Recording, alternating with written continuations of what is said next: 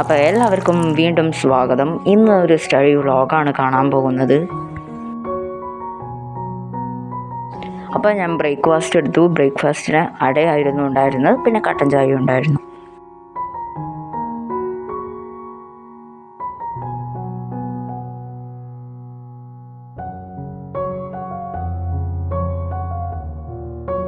ഇത് ഞാൻ കഴിഞ്ഞ ദിവസം ഉണ്ടാക്കിയിട്ടുള്ള ഒരു ടു ഡു ലിസ്റ്റ് ആയിരുന്നു. പക്ഷേ നിങ്ങൾ അവസാനം ലീസ്റ്റ് സ്റ്റഡി എന്നൊക്കെ കാണാം. അതെന്ന് വെച്ച് കഴിഞ്ഞാൽ പക്ഷേ സത്യം പറഞ്ഞാൽ ഈ ടൈം ടേബിൾ ഒന്നും നടന്നിട്ടുണ്ടായിരുന്നില്ല. അന്ന് ദിവസം ഞാൻ പഠിച്ചിട്ടുണ്ടായിരുന്നില്ല. പക്ഷേ അപ്പോൾ അന്നത്തെ ടൈം ടേബിൾ ഞാൻ ഇന്ന് പഠിക്കാമെന്ന് വിചാരിച്ചു.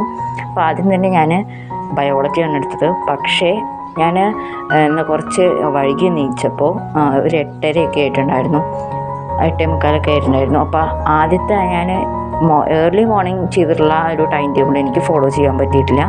പക്ഷേ ഇപ്പോൾ തൊട്ടിട്ട് ഞാൻ ഫോളോ ചെയ്യാമെന്ന് വിചാരിച്ചു. ഫസ്റ്റ് ഒരു 1.5 അവർ ബയോളജി പഠിക്കാം.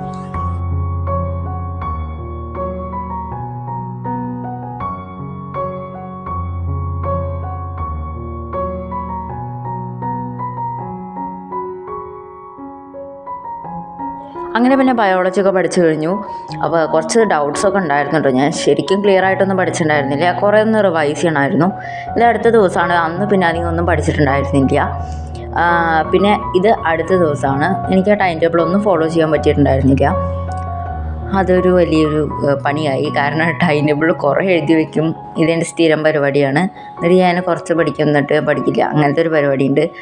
അപ്പോൾ എന്തായാലും ഇന്ന് പഠിക്കാൻ വിചാരിച്ചിട്ട് ഇന്ന് പുതിയൊരു ടൈം ടേബിൾ ഉണ്ടാക്കി. കാരണം മറ്റൊരു ടൈം ടേബിൾ ഓൾറെഡി നമ്മൾ പുതിയ കാര്യങ്ങൾ പഠിക്കാൻ വേണ്ടിയിട്ട് ഉണ്ടാക്കിയായിരുന്നു. അപ്പോൾ അത് ഞാൻ ജസ്റ്റ് ഒന്ന് ടേബിളും ആ ഏരിയാസൊക്കെ ഒന്ന് ക്ലീൻ ചെയ്യുന്നുണ്ട്.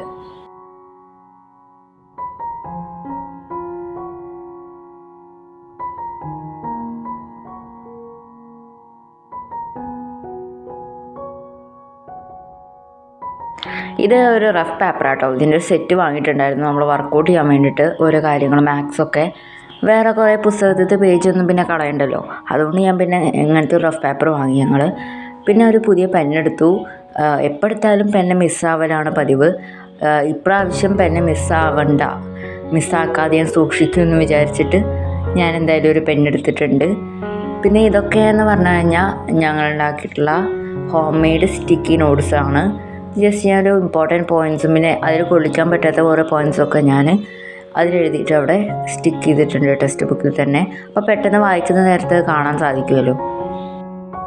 ഇപ്പം ഞാൻ ആ ബയോളജി പഠിച്ചിട്ട് ക്ലിയർ ആയിട്ടുണ്ടായിരുന്നില്ല എന്ന് പറഞ്ഞിട്ടുണ്ടല്ലോ.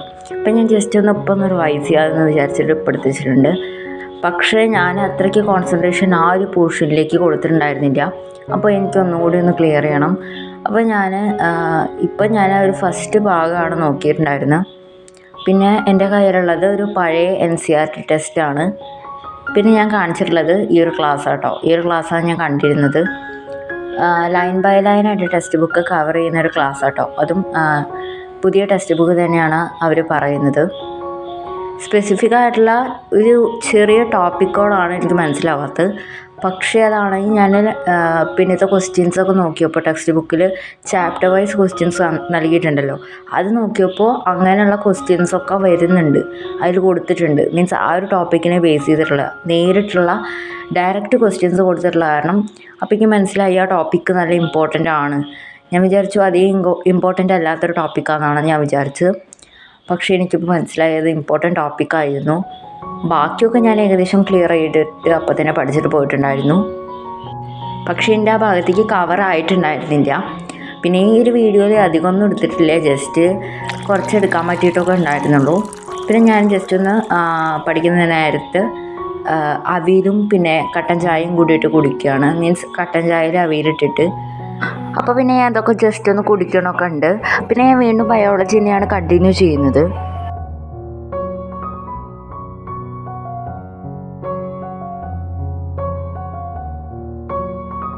അപ്പോൾ അപ്പോഴാണെങ്കിൽ ചെറുതായിട്ട് മഴയൊക്കെ പെയ്യുന്നുണ്ടായിരുന്നു കേട്ടോ. മഴ പെയ്യാൻ സ്റ്റാർട്ട് ചെയ്തിട്ടുണ്ടായിരുന്നു. വലിയ രീതിയിലൊന്നും ഉണ്ടായിരുന്നില്ല.